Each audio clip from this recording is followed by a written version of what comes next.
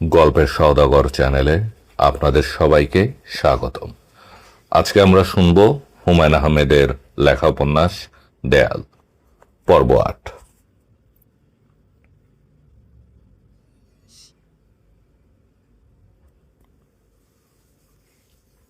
মানুষের আত্মার মতো দেশেরও আত্মা থাকে।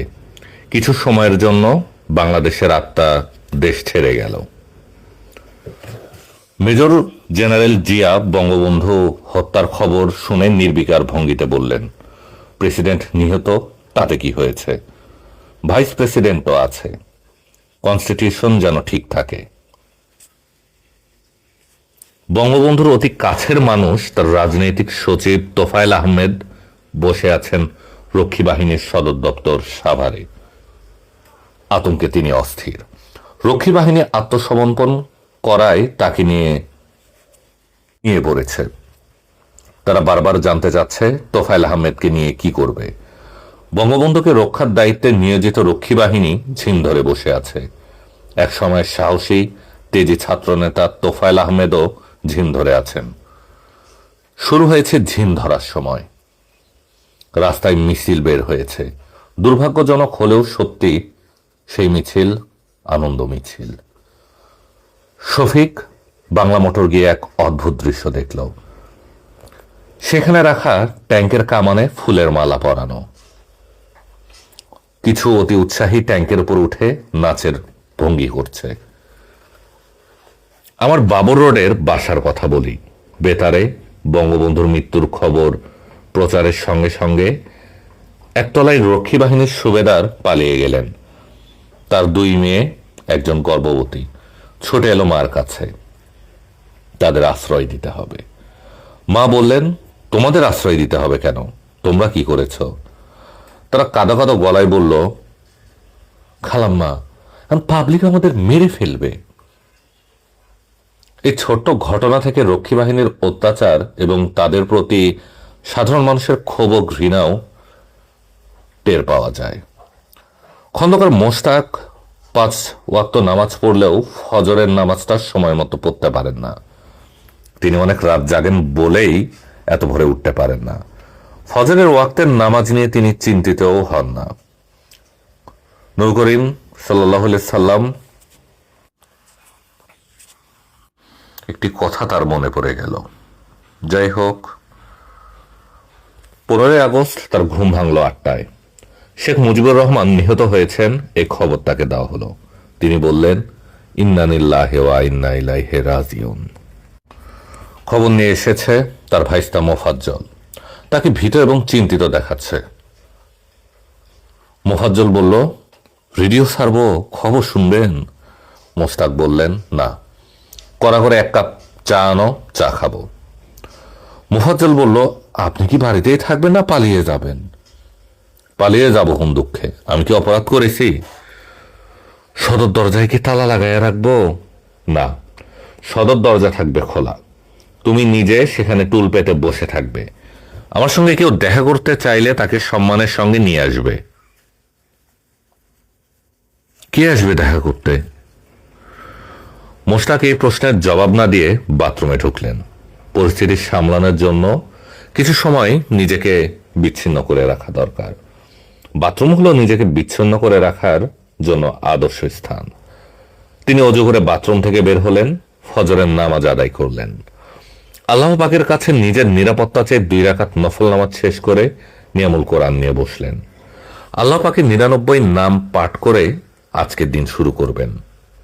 ইয়া আল্লাহু, হে আল্লাহ, ইয়া রহমানু, হে করুণাময়, ইয়া রাহিমু, হে পরম দয়ালু, ইয়া মালিকু, হে প্রভু, ইয়া কুদ্দুসু, হে পবিত্রতম, ইয়া সালামু, হে শান্তিদানকারী। ইয়া সালামু পড়ার পরপরই বিকট খড়খড় শব্দ শোনা যেতে লাগলো। মোশতাক তার 3 তলার সবার ঘরের জানালা দিয়ে তাকালেন। তার কলিজা শুকিয়ে গেল। বিকট দর্শন এক ট্যাঙ্ক তার বাড়ির সামনে। ট্যাঙ্কের কামান তার শোবার ঘরের দিকে তাক করা। ঘটনা কি? ট্যাঙ্ক কেন? এতদিন যা শুনে এসেছেন তার সবই কি ভুয়া? ট্যাঙ্কের গোলার আঘাতে তাকে মরতে হবে? ট্যাঙ্ক কোনো শান্তির পতাকাবাহী যুদ্ধ যান না। অকারণে কেউ নিশ্চয়ই তার বাড়ির সামনে ট্যাঙ্ক বসাবে না? সিঁড়িতে বুট জোতার শব্দ হচ্ছে। খন্দকার মোশতাক এক মনে দোয়া ইউনুস পড়তে লাগলেন। এই দোয়া পাঠ করে ইউনুস নবী মাছের পেট থেকে মুক্তি পেয়েছিলেন। তার বিপদ ইউনুস নবীর চেয়ে বেশি। দরজা খুলে মেজর রশিদ ঢুকলেন। তার হাতে স্টেন গান। তার পেছনে দুজন সৈনিক, তাদের হাতেও স্টেন গান। সৈনিক দুজন স্টেন গান মোশতাকের দিকে তাক করে আছে। মোশতাক নিশ্চিত মৃত্যু ভেবে আল্লাহ পাকের কাছে তওবা করলেন। মেজর রশিদ বললেন, স্যার চলুন। মোশতাক বললেন, কোথায় যাব? প্রেসিডেন্টের দায়িত্বভার গ্রহণ করবেন। প্রথমে রেডিও স্টেশনে যাবেন, জাতির উদ্দেশ্যে ভাষণ দিবেন। ট্যাঙ্ক এসেছে কেন? প্রেসিডেন্টের মর্যাদা রক্ষার জন্যই ট্যাঙ্ক এসেছে। মোশতাক বললেন, শুক্রবারে আমি জুম্মার নামাজের আগে কোনো কাজকর্ম করি না। দায়িত্ব যদি গ্রহণ করতে হয় জুম্মার নামাজের পর। মেজর রশিদ কঠিন গলায় বললেন, আপনাকে আমি নিতে এসেছি, আপনি আমার সঙ্গে যাবেন। অর্থহীন কথা বলে নষ্ট করার মতো সময় আমার নেই। মোশতাক বললেন, অবশ্যই অবশ্যই, তবে আমাকে কিছু সময় দিতে হবে। আপনাকে কোনো সময় দেওয়া হবে না। কাপড় চেঞ্জ করার সময় দিতে হবে। আমি নিশ্চয়ই লুঙ্গি আর স্যান্ডো গেঞ্জি পরে প্রেসিডেন্ট হিসেবে শপথ নিব না। সকাল 11:45 খন্দকার মোশতাক বেতারে ভাষণ দিলেন। তিনি আবেগমথিত গলায় বঙ্গবন্ধুর হত্যাকারীদের সূর্য সন্তান আখ্যা দিলেন। মোশতাকের ভাষণের পর বঙ্গভবনে আনন্দ উল্লাস, কোলাকুলি, একে অন্যকে অভিনন্দনের পালা শুরু হয়ে গেল। শুরু হলো মিষ্টি বিতরণ। মিষ্টি কেউ নিজে খাচ্ছে না, একজন অন্যজনকে খাইয়ে দিচ্ছে। বঙ্গবন্ধুর মৃতদেহ তখনও তার 32 নম্বর বাড়িতে পড়ে আছে। সন্ধ্যাবেলা শফিক এসেছে রাধানাথ বাবুর কাছে। শফিকের বিপর্যস্ত ভঙ্গি দেখে তিনি ছোট্ট নিঃশ্বাস ফেললেন। শফিক কাঁদো কাঁদো গলায় বলল, এত বড় ঘটনা ঘটে গেল, আর কি প্রতিবাদ করলো না? কেউ তোর পাশে দাঁড়ালো না? রাধানাথ বললেন, কেউ তার পাশে দাঁড়ায়নি এটা ঠিক না। খবর পেয়েছি ব্রিগেডিয়ার জামিল উদ্দিন আহমেদ বঙ্গবন্ধুকে রক্ষার জন্য ছুটে গিয়েছিলেন, গুলি খেয়ে মারা গেছেন। পুলিশের কিছু কর্মকর্তা বাধা দিয়েছিলেন, তারাও মারা গেছেন। শফিক বলল, কেউ তার পক্ষে রাস্তায় বের হয়ে কিছু বলবে না? রাধানাথ বললেন, তুমি কি রাস্তায় বের হয়ে কিছু বলেছ? তুমি যেহেতু বলনি, অন্যদেরও দোষ দিতে পারবে না। আমার কথা বুঝতে পেরেছ? জি। রাধানাথ বললেন, সাহস আছে রাস্তায় দাঁড়িয়ে চিৎকার করে বলার, মুজিব হত্যার বিচার চাই? শফিক বলল, আমার সাহস নেই, আমি খুবই ভীত মানুষ, কিন্তু আমি বলবো। কবে বলবে?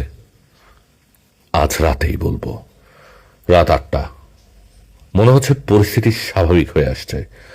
খন্দকার মোশতাকের নেতৃত্বে নতুন সরকার গঠিত হয়েছে। তিন বাহিনী প্রধান নতুন সরকারের প্রতি আনুগত্য ঘোষণা করেছেন। পুরনো মন্ত্রিসভার প্রায় সবাইকে দিয়েই নতুন মন্ত্রিসভা তৈরি করা হয়েছে। নির্বাচিত সংসদ সদস্যরা যুক্ত হয়েছেন। আতাউল গনি ওসমানী হয়েছেন প্রতিরক্ষা উপদেষ্টা। মনে হচ্ছে পুরনো আওয়ামী লীগই আছে, শুধু শেখ মুজিবুর রহমান নেই। আপসীন জননেতা মাওলানা ভাসানী, যিনি 1 মাস আগেও বঙ্গবন্ধুকে পূর্ণ সমর্থন জানিয়েছিলেন, তিনিও নতুন সরকারকে সমর্থন জানালেন। 15ই আগস্ট রাত 9টার দিকে সরফরাজ খানের বাড়ির সামনের রাস্তায় এক যুবককে চিৎকার করতে করতে সড়কের এক মাথা থেকে আরেক মাথা পর্যন্ত যেতে দেখা গেল। সে চিৎকার করে বলছিল, মুজিব হত্যার বিচার চাই। যুবকের পেছনে পেছনে যাচ্ছিল ভয়ঙ্কর দর্শন একটি কালো কুকুর।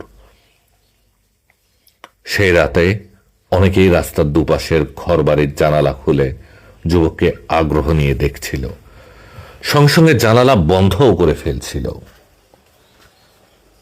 আচমকা এক আর্মির গাড়ি যুবকের সামনে এসে ব্রেক কষল। গাড়ির ভিতর থেকে কেউ একজন যুবকের মুখে টর্চ ফেলল।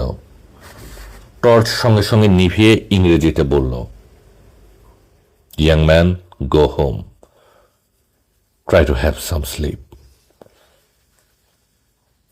শফিককে এই উপদেশ যিনি দিলেন তিনি ব্রিগেডিয়ার খালেদ মোশাররফ। যান যান, বাসায় যান। শফিক বলল, জি স্যার, যাচ্ছি।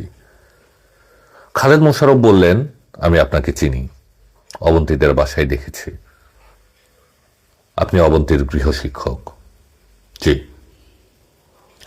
গাড়িতে উঠুন, আপনি কোথায় থাকেন বলুন, আপনাকে পৌঁছে দিচ্ছি। আমি হেঁটে হেঁটে যেতে পারবো, তাছাড়া আমার সঙ্গে এই কুকুরটা আছে, কুকুর নিয়ে আমি আপনার গাড়িতে উঠব না। শফিক চলে যাচ্ছে, জিপ দাঁড়িয়ে আছে।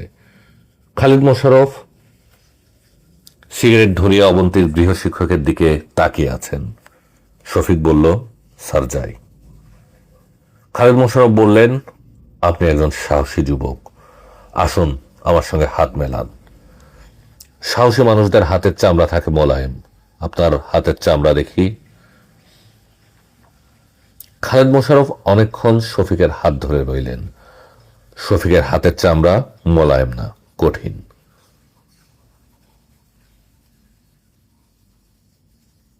রাত 12টার কিছু পরে চাদরের চোখ মুখ ঢেকে ছানু ভাই উপস্থিত হলেন পীর হাফেজ জাহাঙ্গীরের হুজুরাখানায়। হাফেজ জাহাঙ্গীরের রাতের ইবাদত শেষ হয়েছে, তিনি ঘুমোতে যাচ্ছিলেন। ছানু ভাইকে দেখে এগিয়ে এলেন। ছানু ভাই বললেন, পীর ভাই, রাতে থাকার জায়গা দেওয়া লাগে, বিপদে আছি। কি বিপদ? বঙ্গবন্ধু নাই, আমরা যারা তার অতি ঘনিষ্ঠ তারাও নাই। বাংলাদেশের পাবলিক হলো ব্রেইন ডিফেক্ট পাবলিক। যে কোনো একজন যদি বলে ধরো সানুরে ধরো, পাবলিক দৌড় দিয়ে আমারে ধরবে। আপনার থাকার ব্যবস্থা করছি। রাতের খানা কি খেয়েছেন? রাতের খানার কখন খাবো বলেন, দৌড়ের উপর আছি। খানার ব্যবস্থা করলে ভালো হয়। আরেকটা কথা, সরফরাজ খান সাহেব কি আছেন? আছেন। ভালো হয়েছে, ওনাকে তার বিষয় সম্পত্তি বুঝিয়ে দিব। খান সাহেবকে আমি বড় ভাইয়ের মতো শ্রদ্ধা করি। সাংবাদিক অ্যান্থনি অ্যারেনাস বিখ্যাত গ্রন্থ লিগেসি অব ব্লাডে উল্লেখ করা হয়েছে, শেখ মুজিবুর রহমানের মৃত্যু সংবাদ প্রচারিত হওয়ার পরপর টুঙ্গিপাড়ায় তার পৈতৃক বাড়িতে স্থানীয় জনগণ হামলা করে, বাড়ির সব জিনিসপত্র লুট করে নিয়ে যায়। হায়রে বাংলাদেশ। বিশেষ দ্রষ্টব্য, অ্যান্থনি মাসকারেনাস তার গ্রন্থে সত্যের মতো করে অনেক মিথ্যাও ঢুকিয়েছেন। বঙ্গবন্ধুর পৈতৃক বাড়ি লুট হওয়ার ঘটনা আমার কাছে বিশ্বাসযোগ্য মনে হয় না। সপরিবারে বঙ্গবন্ধু নিহত হওয়ার দিন থেকে 15 দিন, 15ই আগস্ট বঙ্গবন্ধু সপরিবারে নিহত। খন্দকার মোশতাক আহমেদের রাষ্ট্রপতির দায়িত্ব গ্রহণ, দেশে সামরিক আইন জারি, বিগত সরকারের ভাইস প্রেসিডেন্ট 10 জন মন্ত্রী ও 6 জন প্রতিমন্ত্রী পূর্ণবহাল, বাংলাদেশের নতুন সরকারের প্রতি পাকিস্তানের সমর্থন। মনে হয় পাকিস্তান তৈরি হয়েছিল, সঙ্গে সঙ্গে স্বীকৃতি। 16ই আগস্ট বাংলাদেশের নতুন সরকারকে সৌদি আরবের স্বীকৃতি। সৌদি সরকারও তৈরি, কত তাড়াতাড়ি স্বীকৃতি দেওয়া যায়। টুঙ্গিপাড়ায় শেখ মুজিবুর রহমানের দাফন সম্পন্ন। পুরো একদিন বঙ্গবন্ধুর মৃতদেহ পড়ে রইল, কেউ জানে না মৃতদেহ কি করা হবে।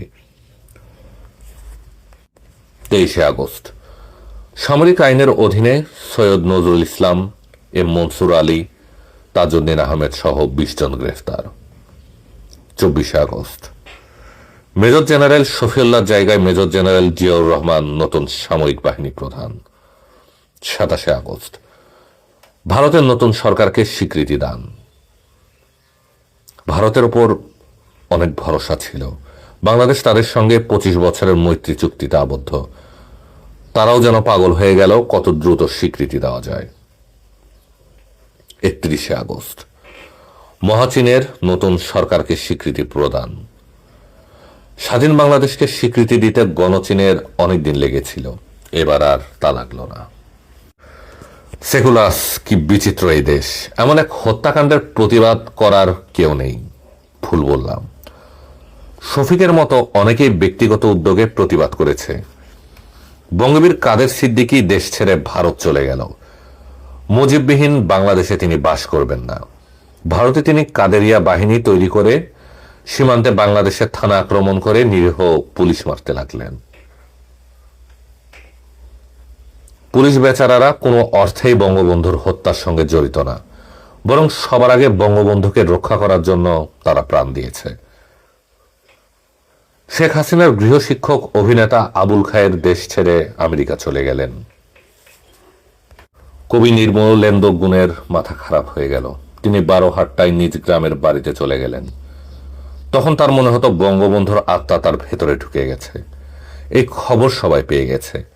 সবাই হন্যে হয়ে কবিকে হত্যা করার জন্য খুঁজছে। কবিকে হত্যা করলে বঙ্গবন্ধুর আত্মা কবজা করা যাবে। নির্মলেন্দু গুণ সে দুঃসহ সময়ের বর্ণনা দিয়ে সুন্দর একটি গ্রন্থ রক্তঝরা নভেম্বর 1975 বিভাস প্রকাশনা রচনা করেছেন। কৌতূহলী পাঠক বইটি পড়ে দেখতে পারেন।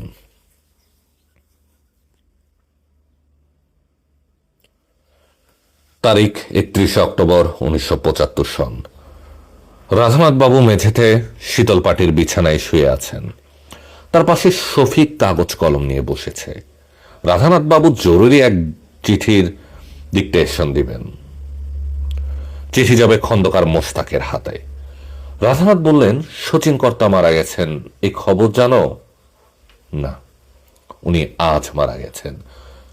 বাংলাদেশের বুদ্ধিজীবীরা শচীন কর্তার মৃত্যুতে যতটা শোক পেয়েছে, তার 100 ভাগের 1 ভাগ শোকও তাদের জাতির পিতার মৃত্যুতে পায়নি। শফিক বলল, খন্দকার মোস্তাক হয়তো তাকে জাতির পিতার আসন থেকে নামিয়ে দিবেন। রাধানাথ বললেন, এটা উনি পারবেন না। সবার ক্ষমতারই সীমাবদ্ধতা আছে। খন্দকার মোস্তাক তার ক্ষমতার সীমাবদ্ধতা সম্পর্কে জানেন। শফিক হতাশ গলায় বলল, জানলে তো ভালো।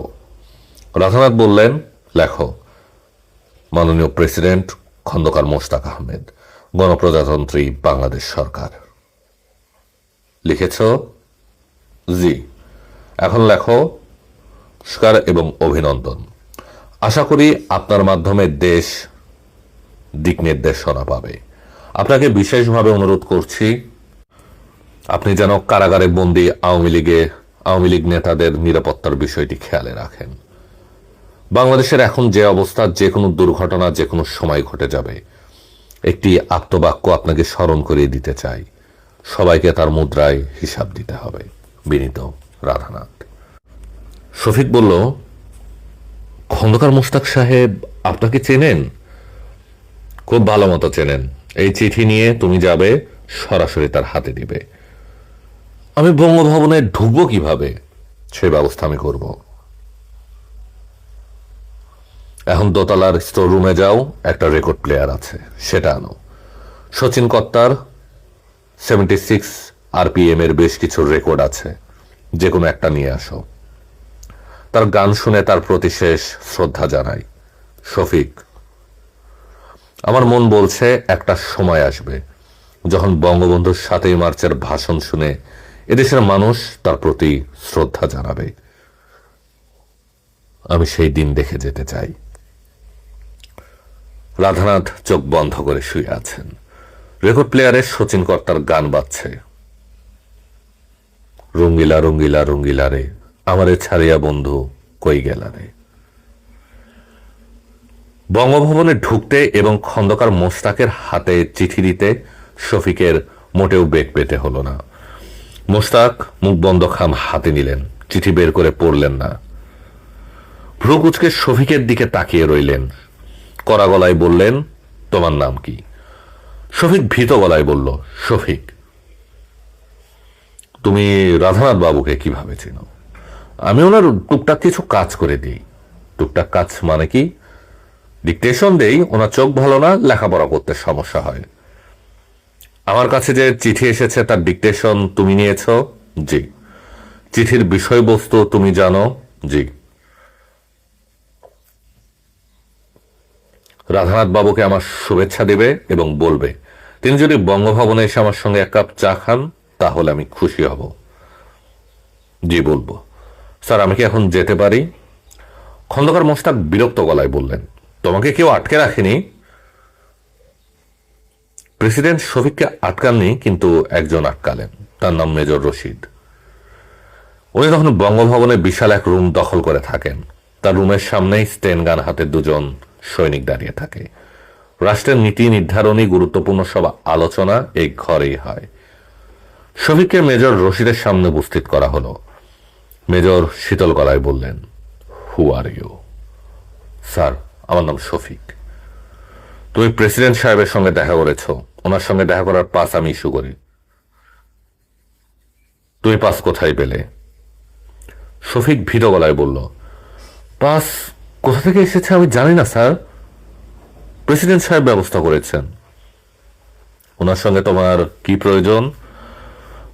আমার কোনো প্রয়োজন নেই স্যার, আমি সামান্য ব্যক্তি। আমি ওনার জন্য একটা চিঠি নিয়ে এসেছিলাম। চিঠি কে দিয়েছেন? রাধানাথ বাবু। হয়েছে, তিনি একজন প্রেসের মালিক, প্রেসের নাম আদর্শলিপি। চিঠিতে কি লেখা আছে? শফিক ইতস্তত করে বলল, চিঠিতে কি লেখা আমি জানি না স্যার। শফিকে মিথ্যা বলে ঘাবড়ে গেল। তার মনে হচ্ছে এই লোক তার মিথ্যা ধরে ফেলেছে। তুমি ভয় পাচ্ছ কেন? স্যার আমি খুব ভীত মানুষ, এই জন্যই ভয় পাচ্ছি। মেজর রশিদ সিগারেট ধরাতে ধরাতে বললেন, ভয় পাওয়ার মতো কোনো কারণ আছে বলেই তুমি ভয় পাচ্ছ। মেজর সাহেব নিচু গলায় তার পাশে সিভিল পোশাকে দাঁড়িয়ে থাকা একজনকে কি যেন নির্দেশ দিলেন। তার নির্দেশ মতো শফিককে নিয়ে যাওয়া হলো রমনা থানায়। সেখানে পুলিশের এসপি সালাম সাহেবের হাতে তাকে তুলে দেওয়া হলো। সালাম সাহেব হতাশ গলায় বললেন, যারা আপনাকে পাঠিয়েছেন তাদের হাতে বন্দিশালা নেই, সন্দেহভাজনদের তারা থানায় পাঠিয়ে দেয়। এর মধ্যে দুর্ভাগ্যবানরা চলে যান আনিতে। শফিক বলল, আনি কি? আনি হচ্ছে আগাছা নির্মূল। আপনি যদি আগাছা হয়ে থাকেন তাহলে আপনাকে নির্মূল করা হবে। কাজটা আমরা করব না, এ ভরসা আপনাকে দিতে পারি। আপনার সান্ত্বনা বলতে এইটুকু। শফিক বলল, স্যার আমি কি আমার অবস্থা জানিয়ে কাউকে টেলিফোন করতে পারি? পারেন, তবে টেলিফোন এখন নষ্ট। যান হাজতে অপেক্ষা করুন, টেলিফোন ঠিক হলে আপনাকে খবর দেওয়া হবে। সারাদিনও টেলিফোন ঠিক হলো না। শফিক ঠিক করলো, কোনো কারণে যদি সে বেঁচে যায় তাহলে আর ঢাকায় থাকবে না, মার কাছে চলে যাবে। রাত 8টায় হাজতের দরজা খুলে তাকে বের করা হলো। মিলিটারি একটা জিপ থানার সামনে দাঁড়িয়ে আছে। এসপি সালাম সাহেবের সঙ্গে একজন অফিসার। এই অফিসারকে শফিক বঙ্গভবনে দেখেনি। অফিসার এসেছেন সিভিল পোশাকে। সালাম সাহেব তাকে ক্যাপ্টেন সাহেব বলে ডাকছেন বলেই শফিক নিশ্চিত হলো ইনি একজন ক্যাপ্টেন। এই সময়ে মেজর এবং ক্যাপ্টেনরাই সবচেয়ে গুরুত্বপূর্ণ। শফিকের ইচ্ছা করছে ক্যাপ্টেন সাহেবের পা চেপে ধরতে। জীবন রক্ষার জন্য শুধু পা চেপে ধরা না, পা চাটাও যায়। ক্যাপ্টেন সাহেব কড়া গলায় বললেন, আপনি বোসা সাহেবকে চেনেন? শফিক বলল, জি না স্যার, উনি কে? উনি বাংলাদেশে আমেরিকার রাষ্ট্রদূত। আপনি তাকে চেনেন না, তারপরেও উনি কেন আপনার মুক্তির জন্য সুপারিশ করলেন? তাও আমি জানি না, আমি অতি তুচ্ছ একজন, আমার জন্য সুপারিশ করার কেউ নেই স্যার। ক্যাপ্টেন বললেন, যান, চলে যান, ইউ আর রিলিজড। আপনি চাইলে আমি আপনাকে পৌঁছে দিতে পারি। শফিক বলল, স্যার আপনার অনেক মেহেরবানি, আমি নিজেই যেতে পারবো। বাইরে কিন্তু তুমুল বৃষ্টি হচ্ছে, এজন্য বললাম। শফিক বলল, বৃষ্টিতে ভিজে আমার অভ্যাস আছে স্যার। অবন্তীর কাছে লেখা ইজাবেলার নভেম্বর মাসের চিঠি। আমার ছোট্ট পাখি, আমার জেসমিন পুষ্প, এই মেয়ে, তোমাকে নভেম্বর মাসের চিঠি আমি লিখছি অক্টোবরের 21 তারিখে। তোমার দেশের যে অবস্থা, চিঠি পেতে পেতে নভেম্বর চলে আসবে। তোমার জন্য অতি আনন্দের একটা খবর দিয়ে শুরু করি। তোমার বাবা ফিরে এসেছে। প্রথমে তাকে চিনতে পারছিলাম না, মনে হচ্ছিল স্ট্রেট বেগার। ভিক্ষা চাইতে দরজায় বেল টিপছে। আমি তাকে বললাম, গো টু হেল। সে যথারীতি তার পুরনো অভ্যাস মতো রসিকতা করলো। সে বলল, হেলে যাওয়ার জন্যই তো তোমার কাছে এসেছি। তোমার চেয়ে কঠিন হেল আর কোথায় পাবো? তোমার বাবা শরীর খুব খারাপ করেছে, নানান অসুখ বিসুখ বাঁধিয়েছে, মাথার চুল বেশিরভাগ পড়ে গেছে, চোখ রক্তবর্ণ, কোটরে ঢুকে গেছে, কিডনি মনে হয় ঠিক মতো কাজ করছে না, পায়ে পানি এসেছে, লিভারও মদ খেয়ে পচিয়ে ফেলেছে, তার সারা শরীর হলুদ, গা থেকে টকটক গন্ধ বের হচ্ছে। আমি তাকে বললাম, আমার কাছে কেন এসেছো? আমার সঙ্গে তোমার কোনো সম্পর্ক নেই, তুমি তোমার মেয়ের কাছে ফিরে যাও। সে বলল, এই অবস্থায় মেয়ের কাছে ফেরা যাবে না, শরীর সারিয়ে তারপর যাব। তুমি আমার শরীর সারাবার ব্যবস্থা করো। আমি বললাম, আমি কেন তোমার শরীর সারাবার ব্যবস্থা করব? তুমি কে? সে বলল, আমি তোমার কেউ না, ঠিক আছে, কিন্তু আমি তোমার অতি আদরের কন্যার বাবা, এই পরিচয় কি যথেষ্ট না? আমি বললাম, না, আমার বাড়িতে তুমি থাকতে পারবে না, তোমার অনেক থাকার জায়গা, তুমি তোমার থাকার জায়গা খুঁজে বের করো। আমি তোমার জন্য অনেক যন্ত্রণার ভিতর দিয়ে গিয়েছি, আর যাব না। সে বলল, ওকে, চলে যাচ্ছি, বলে পুটলি পাটলি নিয়ে আমার বাড়ির ঠিক সামনে পাম গাছের নিচে যেয়ে বসলো। আমি দেখেও না ঢাকার ভান করলাম। দুপুরে দেখি সে পুটলি থেকে ভদকার বোতল বের করে পানি ছাড়া শুরু শুরু ভদকা খাচ্ছে। আমার দিকে বোতল উঁচিয়ে বলল, চিয়ার্স, আনন্দময় পুরনো দিনের স্মরণে। Isabella the great dancing queen. এখন তুমি বলো, এই মানুষের উপর কতক্ষণ রাগ করে থাকা যায়? আমি তার জন্য গেস্ট রুম খুলে দিয়েছি, তার চিকিৎসার ব্যবস্থা করেছি। চিকিৎসায় চট করে কোনো সুফল পাওয়া যাবে এরকম মিথ্যা আশায় বসে থাকবে না। তবে আমি তোমার বাবার চিকিৎসার কোনো ত্রুটি করব না। আমি তোমাকে ব্রিটিশ এয়ারওয়েজের বিজনেস ক্লাসের একটা টিকিট পাঠাবো। খোঁজ খবর করছি ব্রিটিশ এয়ারওয়েজ ঢাকায় যায় কিনা। তুমি দ্রুত চলে এসো। আমি আড়াল থেকে পিতা কন্যার মিলন দৃশ্য দেখতে চাচ্ছি। এটি তোমার মা ইজাবেলা। পুণ্যশ্চ 1। তোমার বাবা তোমাকে চিঠি লেখার জন্য কাগজ কলম নিয়েছে। চিঠি লিখে শেষ করেছে কিনা জানি না, শেষ করা মাত্র চিঠি তোমাকে পাঠাবো। পুণ্যশ্চ 2। তোমার বাবা এতদিন কোথায় ছিল শুনলে বড় ধরনের চমক খাবে। সে ছিল জেলে, তার 2 বছরের সশ্রম কারাদণ্ড হয়েছিল। কি অপরাধে তা এখনো জানি না, এই বিষয়ে সে মুখ খুলছে না। পুণ্যশ্চ 3। তোমার বাবার সঙ্গে আমার একটা সম্পর্ক বিষাক্ত হয়ে যাওয়ার পর আমি ভেবেছিলাম এই মানুষটার মতো ঘৃণা আমি আর কাউকে করি না। এখন মনে হচ্ছে এই ধারণা ভুল। তোমার বাবাকে আগে যতটা ভালোবাসতাম এখন ততটাই ভালোবাসি, কিংবা কে জানে, হয়তো তার চেয়েও বেশি। পুণ্যশ্চ 4। খুব জরুরি একটা কথা লিখতে চাচ্ছিলাম, এখন মনে পড়ছে না। ইদানিং আমার এই সমস্যা হয়েছে, অপ্রয়োজনীয় কথা মনে থাকে, প্রয়োজনীয় কথা মনে থাকে না। অবন্তী মায়ের চিঠি পরপর 3 বার পড়ল, কিছুক্ষণ চিঠি দিয়ে গালে ধরে রাখলো। চিঠি থেকে চা পাতা এবং লেবুর সতেজ গন্ধ আসছে। মা নিশ্চয়ই নতুন কোন ধরনের পারফিউম চিঠিতে মাখিয়ে দিয়েছে। অবন্তী চিঠি হাতে দাদাজানের ঘরে ঢুকলো। সরফরাজ খান আটকে উঠে বলল, তোকে এরকম দেখাচ্ছে কেন? Is anything wrong? অবন্তী বলল, কিরকম দেখাচ্ছে? মনে হচ্ছে কিছুক্ষণ আগে ভূত দেখেছিস, মুখ রক্ত শূন্য। আমার চোখে মুখে কোনো আনন্দ দেখতে পাচ্ছ না? না, না দেখতে পেলে বুঝতে হবে তোমার অবজারভেশন পাওয়ার অতি দুর্বল। যাই হোক, তুমি তো আমার সব চিঠি আগে সেন্সর করে আমাকে দাও। মার এবারে চিঠিটা কি তুমি পড়েছ? না। এই নাও চিঠি, পড়লে আনন্দ পাবে। বাবার খোঁজ পাওয়া গেছে। বাবা এখন মার সঙ্গে আছেন। মার বাড়ির সামনে একটা পাম গাছের নিচে আস্তানা গেড়েছে। নানান কর্মকাণ্ড করে মাকে ভুলানোর চেষ্টা করছে। মা অবশ্য কঠিন চিজ ভুলছে না। বারান্দার সব দরজা জানালা বন্ধ করে দিয়েছে যাতে বাবাকে দেখতে না হয়। সরফরাজ খান বললেন, হড়বড় করে কি সব বলছিস? চিঠি দে, পড়ে দেখি। অবন্তী বলল, চিঠি এখনই পড়া শুরু করবে না, আগে আমার কথা মন দিয়ে শোনো। আজ রাতে আমি একটা পার্টি দিব। আমার আনন্দ আমি অন্যদের মধ্যে ছড়িয়ে দিতে চাই। অন্যরা মানে কারা? খালেদ চাচা, আমার স্যার শামীম শিকদার।